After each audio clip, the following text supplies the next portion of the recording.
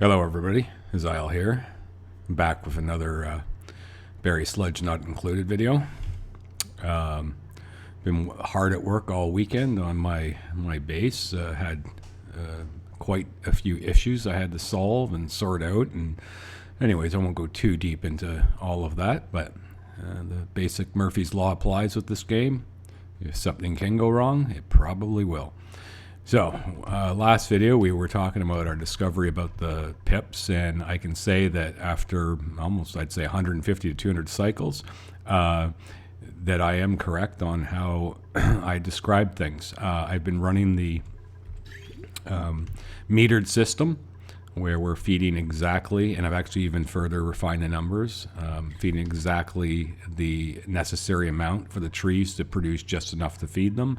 It actually works out to about 9.5 grams per second per pip. So this has 10, and it is set to 95. This has 10, it's set to 95. Both these two. It's the only two full out ones I have. And then all the rest have the 5 counts in them. And I set these to 48 on each of them. And it's been working quite good. So I'll go over the whole pip system is pretty much done. We've got 10, 20, 30, 40, 50, 60, 70, 80 capacity for pips. I'm using basically 4 incubators to keep the eggs and the pips replenished into the farm to keep it so it's pretty much full. I'm always doing 1 cuddle pip, and the reason is to keep 1 in this room, as well as to... Why are you running away? Every now and then they escape. To keep the excess ones up in the main nature reserve so that the dupes will interact with them. And then when the eggs hatch, they move them over into this small little nursery. And when they become full grown, then this is set to only baby pips. So they will move them, and then they make a decision. Should we populate a farm, which is often the case, there'll be one missing. If they don't populate the farm with the grown-up pip, or even the cuddle pip, who would go up to here if needed, or it would be moved into here if needed.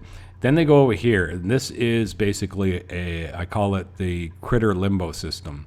And so we have the automation set up where the critter count things are checking to make sure the required number are available. So what it's saying now when it's red is all your pip farms are full, and they are. There's 80 throughout the entire thing. And so that is will then cause the electricity to stop flowing into these incubators. So they will still be slowly growing, but they won't get lullabied. They'll get cuddled, but they won't get lullabied unless suddenly we're missing one. What happens though over here is when they become an adult and none are needed, they're brought over here. Now, here's how the automation works for this limbo system. Basically, when the automation is saying, hey, we don't need any more for the farms, then this door closes and this one is active. Okay? And so it says we want any of the creatures, bring them over. Mostly it's for pips. So then the pips are dropped off here. However, if this reverses and says, hey, we need one in one of the farms, then this door opens, this one will deactivate because it's like this sitting on a space where it's not valid. And this one is set to, we don't want anything 0 auto wrangle. And so then a dupe will run over and grab the one, or grab out of here and run it back into a farm and drop it off. Now, it's not 100% foolproof because you could get a situation where a dupe goes to grab one to take it somewhere and another dupe happens to grab one from the nursery who just grew up to take it there. And then it'll end up running it back. But basically that's what this does. And the reason I have this, it's just a holding area for excess animals. The priorities are set very low. And then if I ever do get in a food crunch, I just can run over here and tell the dupes that they need to peacefully exterminate and turn them into meat. All the eggs are collected through the shipping system, so it looks complex, but really it's just to remove eggs and remove dirt. So eggs go out one set, and they're brought up and dropped off into here. Now I revised this kill chamber because I just didn't need it as complex as it was before with the way I was doing things, and I was having issues where whenever it would close up, the water pressure was sometimes would get so great against the oxygen that it would break a tile and it would run some water into my sleet wheat farms. So I didn't need it to be the way it was anymore with how I've redesigned everything. I just needed to drop eggs here and continue to produce meat. It also allows the dupes to, of course, run in and grab eggs if they ever need it for any of the incubators if they had been transferred up there, because the Dreco eggs, Pip eggs, they all wind up here if they're not needed anywhere. So that's working quite well. Of course, meat gets scooped out and dropped in. The other part of the system is the dirt. Pips produce a lot of dirt when you have 80 of them. As you can see, in my last video, I was down about 40 tons of dirt overall. Now with this thing running full blast for probably about 100 cycles, because I wanted to make sure it really was refined. Now we've actually doubled our dirt. We're up to, there's no dirt left on my map, so we're up to 103 tons of dirt, and I'm actually sending dirt to the other world so that they continue to use it for farming purposes. So dirt positive is always a good thing, and using the polluted water, we're still using it. Like I said, we're metering it out, okay, so that we use the exact amount we need. It is fed by the washrooms, and you can see that it's building up off of that stream. So that means that the dupes now are positive with their waste production to feed to the trees. So all the showers and bathrooms more than cover feeding these trees. So that means then that our polluted oxygen here, or polluted water here, you can see I haven't dented it. It is still producing. So it's primarily feeding the pinch of pepper nut plants. It's not actually feeding anything else. I'm starting to think I might be able to get more pepper nuts going on. I'm not quite sure, and I don't know if I really want to do that at this point. But certainly I'm not really tapping into this. So that's how the entire food system is working. And well, I need my Drecos to be back up to full capacity again. But I believe that once the Drecos are at full capacity, along with the PIP system, because you can see now I have 191 eggs are located right here. So this is just constantly making meat nonstop. It's become very static. It's still, though, they're out eating it. It's 16 ravenous dupes eat a lot, and so the barbecue is still not keeping up fully to what we would want to see it doing. I just had an egg for one of these guys. We need to remove them. I think there's a few others around as well. Yeah, there's one there. Just take care of that while I'm thinking of it. Oops, that's not what I want. P9T.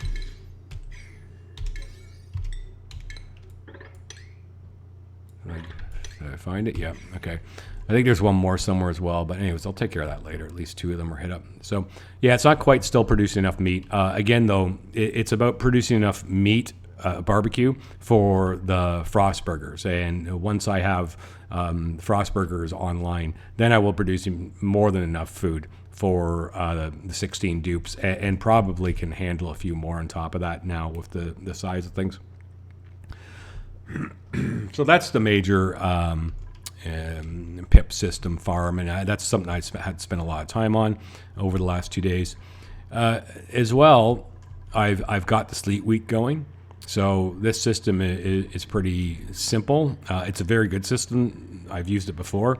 We'll look at the water. Basically, in cold water, we're chilling water up here.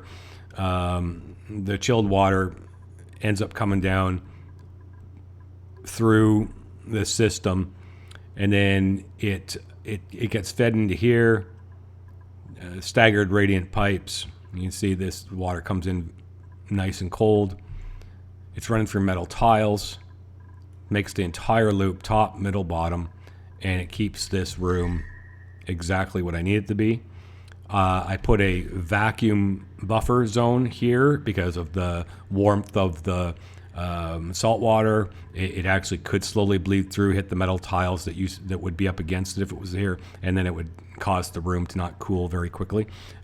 So that vacuum is insulating it. I don't need to do one down here because it's just not cold enough to start to affect it. So now I do have plans. I've moved a bunch of stuff out of here.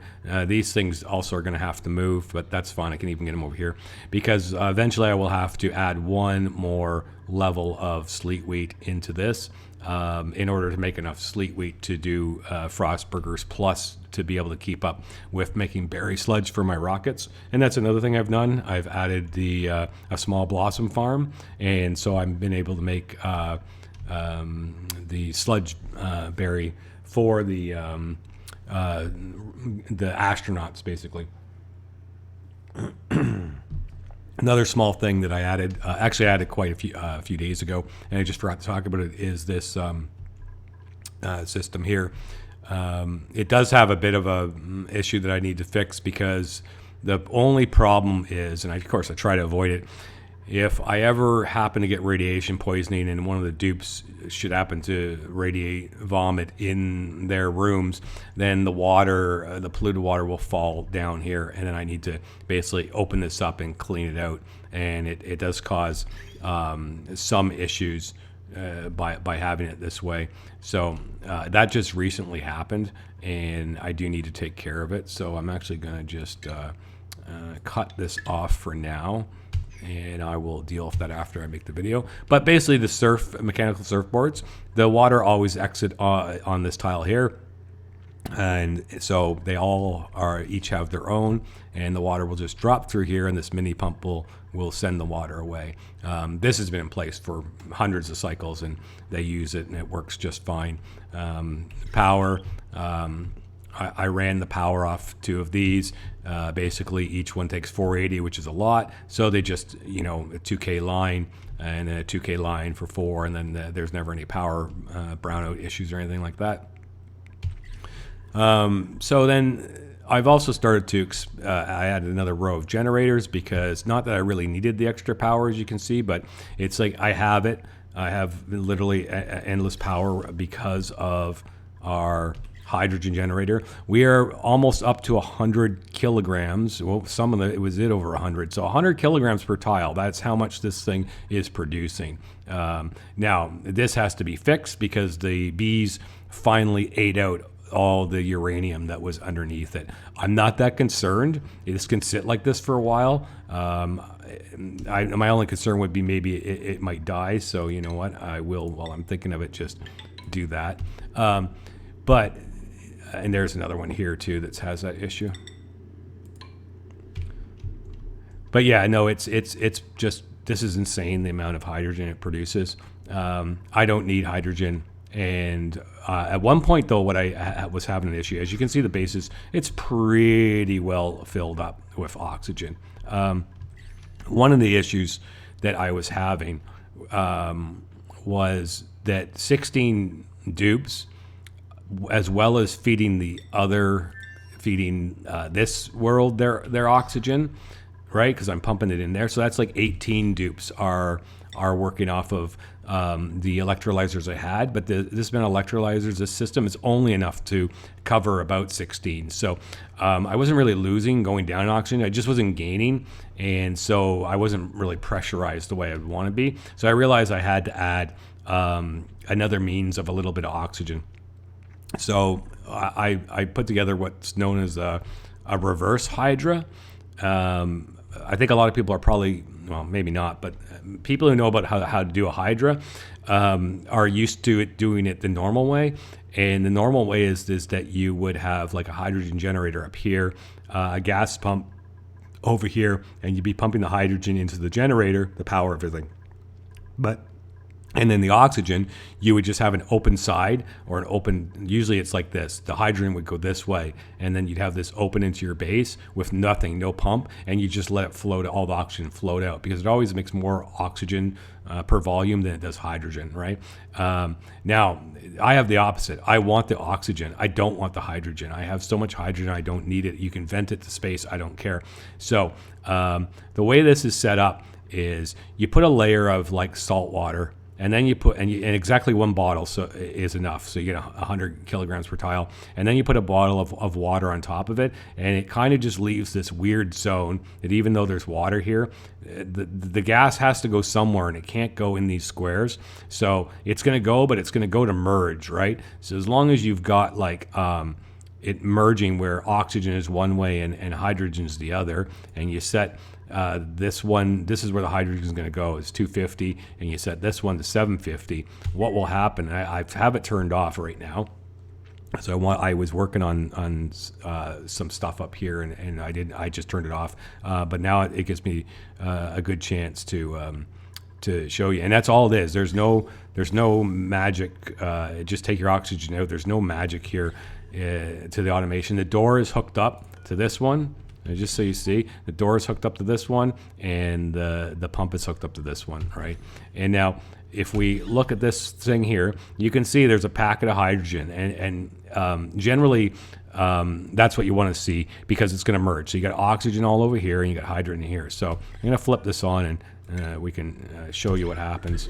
Okay, so yes, 250 pressure hit, boom, and it starts venting. And hydrogen must go this way because that's where the packet is. The oxygen must go this way because that's where the packet is. As long as you keep these sensors set to what I do, you'll never have an issue. I ran this for quite a long time, and it just works flawlessly. And of course, here is open space. This whole zone I've just left as the waste zone. So like I dump nuclear waste, liquid or uranium through this. This is where I store solid nuclear waste. If I ever want to. This is where the chlorine excess comes in, and of course the hydrogen that I do not want floods out through this direction here. As you can see, again, it just flies on out and it gets evaporated into space, and then the oxygen goes out this way.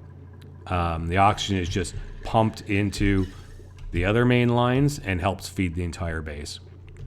So that's a reverse Hydra, and it's extremely useful. A normal Hydra is very useful for just when you need oxygen for a small number of dupes, like on a colony base, and you land and you just got to get set up fast and start getting something going on, because they're so easy to set up and require absolutely hardly any major resources. But the reverse one is useful in my situation, or in any situation where power is not a concern, hydrogen is not a concern, and all you care about is the oxygen. And so you can set it up. This is scalable too if I wanted to. I've thought about getting rid of all this and just having these be generators stacked up, and then run like 5 of these, because that's what I need. I need 5 electrolyzers going basically flat out, and I would just have built, without this here, the space, open space up here, and put 5 systems or 6 systems in to be doing that. But all I needed, this just is reliable. I really like the open Rodriguez, half Rodriguez, and I like the reverse Hydra because I've got basically 2 designs going in the space for oxygen power systems that a lot of people maybe have never seen or don't use very often, just twists on the standards. Right, so that is that. So sleet wheat's going. Yeah, those are the major changes. Now I've built up more. I'm using plastic tiles for radiation blocking. It works very well. And as you can see, we're down to 16 rads a cycle, which is acceptable. And moved a bunch of equipment up to here. I had to make a whole bunch of special suits so that I could do that one, the achievement about wearing 8 different suits on different dupes at the same time, because I'm trying to again do all the achievements. Then let's go to the rockets. So This is the hauler rocket. This is the one that goes to the other world. It's made about 4 trips now. I've been taking all the minerals, algae, and even coal, whatever, basically mining out that planet. I always take a robot with me. I drop him from orbit. He can do a whole bunch of work till his batteries die. And then the dupe basically just loads up this container. When it's full, then this one, which is set to 3,000, I put it to 20,000 and add the things I want, and it fills that up. It's worked well. A couple things to note is, again, with the bedrooms, we have a luxury, we have a washroom, and we have a great hall. I could maybe have done it differently and had a private and not a great hall, but getting it to be a great hall, a private, and have washrooms, it's pretty tight because you only have then 12 tiles available for doors and floors of any type, because this is 80 tiles inside here, and to have a washroom, which is 12, and then a private bedroom is 24, and then a great hall is 32. That's, I think, 68. And so then you can only put in 12 tiles or doors of any type and somehow fit it all in so it all works out. And I've been fooling with designs trying to figure out how I can cram that together. And I think it's doable, right? Because here I've 1, 2, 3, 4, 5, 6, 7, 8. You can't really, I won't count the radiation blockers. So 8, 9, 10, 11, 12, 13, 14, 15, 16 tiles used. However, some of these things aren't quite necessary. And I'm sure there's a way to configure it where it could be done more, even more succinctly. Maybe not. I've never seen a design that can do great hall plus washroom plus private bedroom online, but I'm still trying to toy around to come up with it. So that's this. I've resorted to using rad pills because they only flush away on the hardest difficulty. They only flush away 30 rads per cycle. It's pretty tough to not then have radiation sickness become an issue. So using a rad pill for the guy in the rocket works very well. He never gets radiation sickness. He never gets stressed, and he always has food because right now there's 11 kilograms at 4,000 per kilogram. So there's 44,000 kcals worth of unperishable food in the fridge, and I'm still putting more in, of course, as I make it for this one. This one just came back from a trip, so we're basically refilling it. The new design, this is going to be the one for doing exploration and for doing the data collection, so I can start to do more advanced research, but mostly exploration. That's going to be the first thing. I haven't launched it yet, but that'll be the first thing I do. And I'm probably going to launch it very shortly in this video. So this one is private bedroom, a mess hall, and a washroom. And of course the decor is off the hook. It's very good. He has a party line. He has everything he needs as far as, what's going to keep his morale high. Carpets to help with the tickled toes for the stress relief, etc. No shower, unfortunately. It's really, even if I remove this, once I'm done with the research, cramming a shower in might be a little difficult, but I'll redesign it at that time. I'm still trying to get some of the ultimate rocket designs worked out. If anyone knows of any really, really good ones that are achieving what I'm trying to do and takes into account plastic tiles for radiation blocking, and I even can't do one here because of the cell space. I would have liked to have had one there. Yeah, if anyone knows any designs that achieve what I'm trying to do, just leave them in the comments and I'll look them up. Couple things to note too. I talked about this in another video. I always have one of these oxygen cans here as an emergency. Now this one's a little excessive. It's got 411 kilograms of oxygen in it, which is just a lot. However, it still is only, there's maybe 60 tiles in here. Yeah, it'll overpressurize, but the point is that in the event of a disaster where you suddenly forgot about something or ran out of algae or whatever, and suddenly you had no oxygen here and you couldn't get home in time, having him empty this will save his life. So he'll have popped eardrums for a while because I put one in that's just way too high for the purposes. But I always have one of these on the rocket. There's no reason not to. And as long as you don't have canister emptiers active, even when you do a mass sweep, the dupes won't touch it because I have nowhere to put it. As you can see, it's even set to sweep because of my last mass sweep.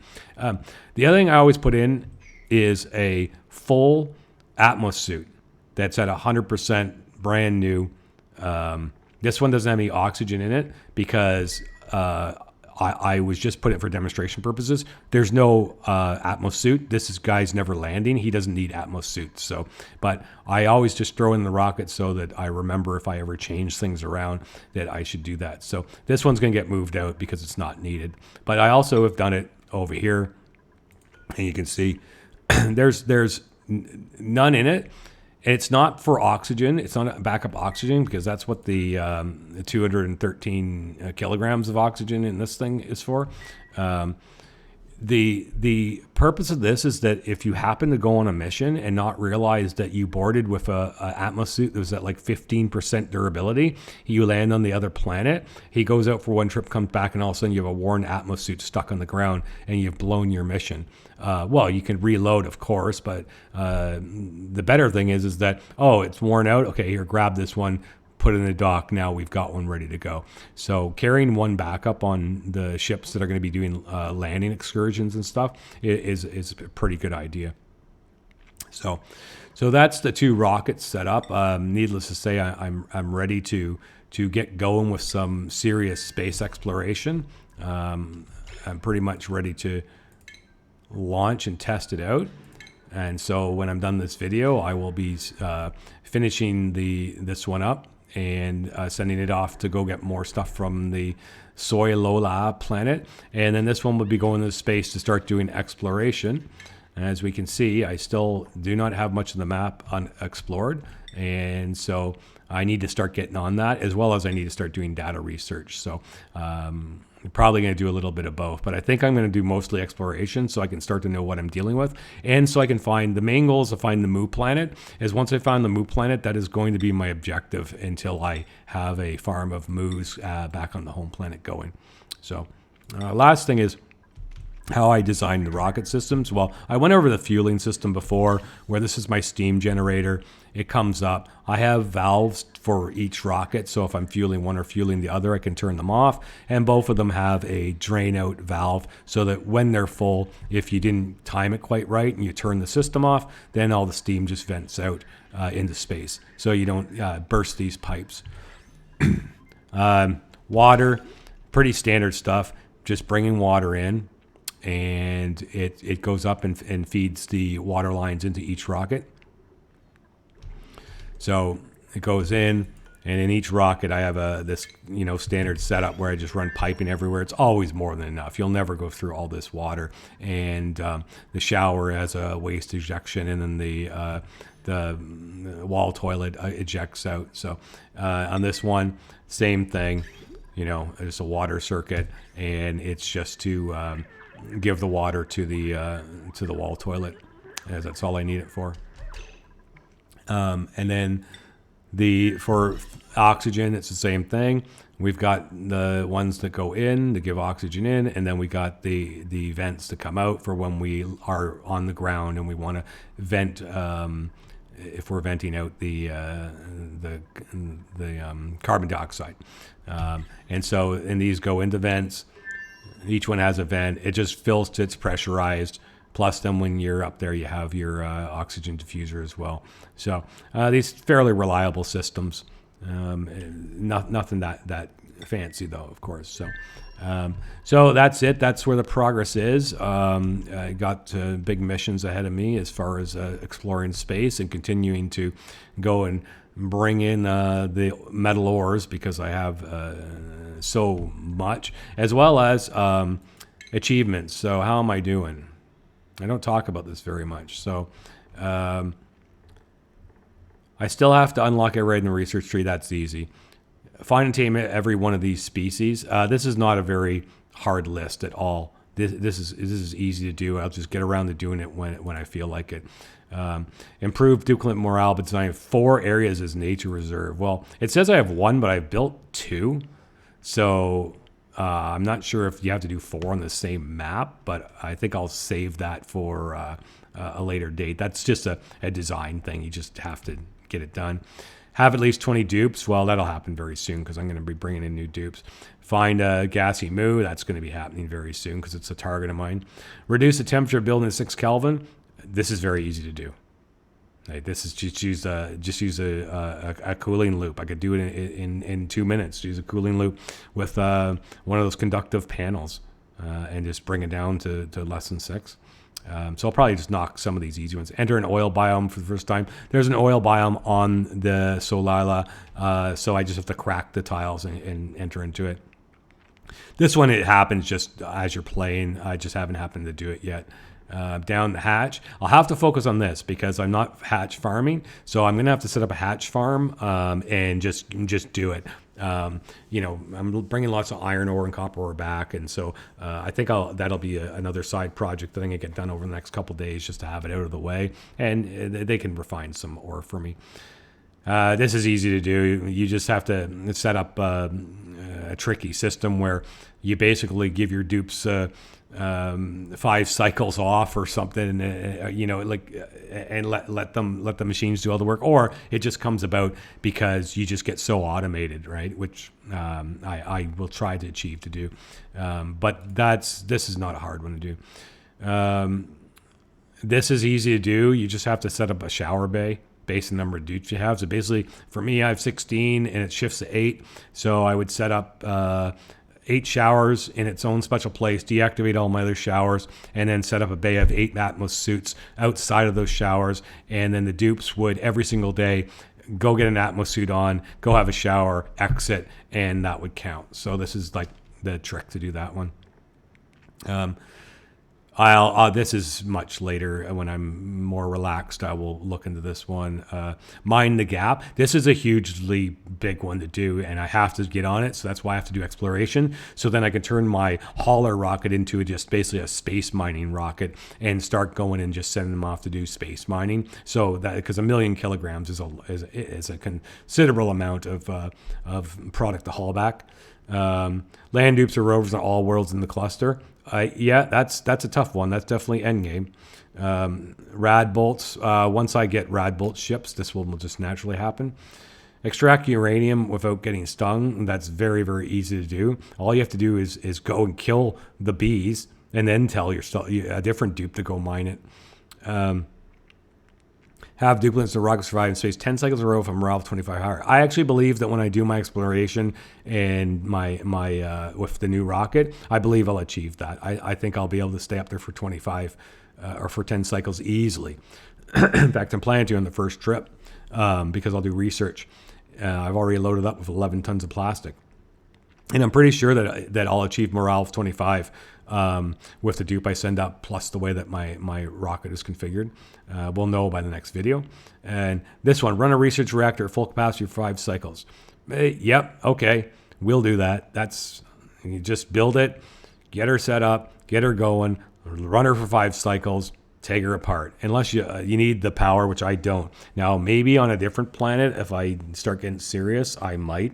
Based on the swamp planet, when I have to feed the tree all that food to get isoresin, maybe I'll go to nuclear power, and then what I'll do is set the reactor up properly there with like 10 steam turbines feeding off of it, and then simply use the enriched uranium that I have literally lots of.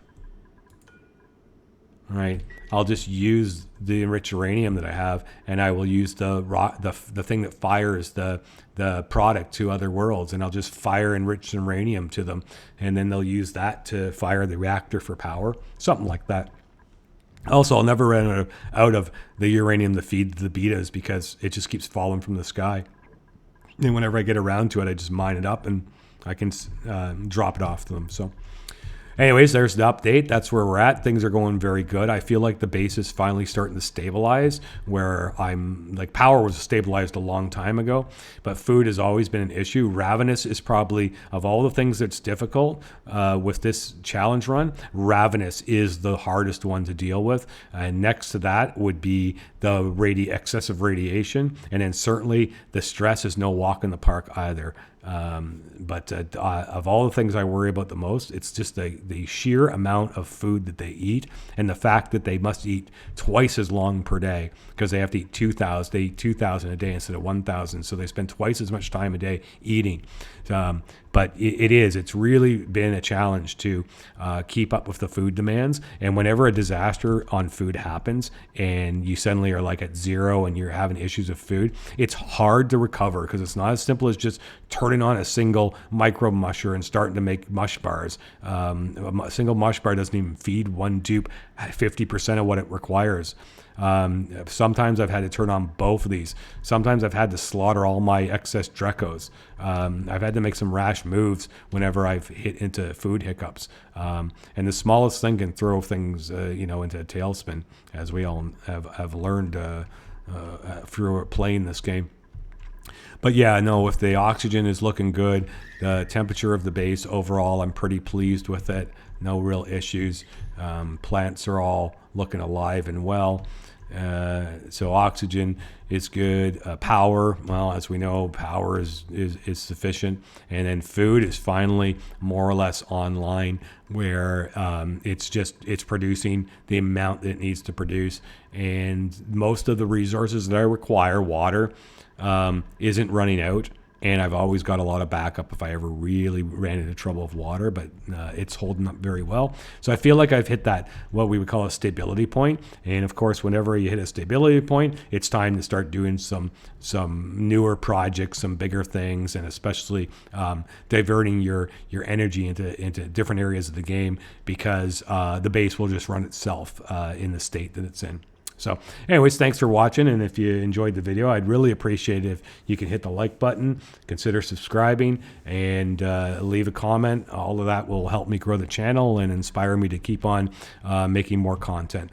Thanks again, and enjoy the rest of your day.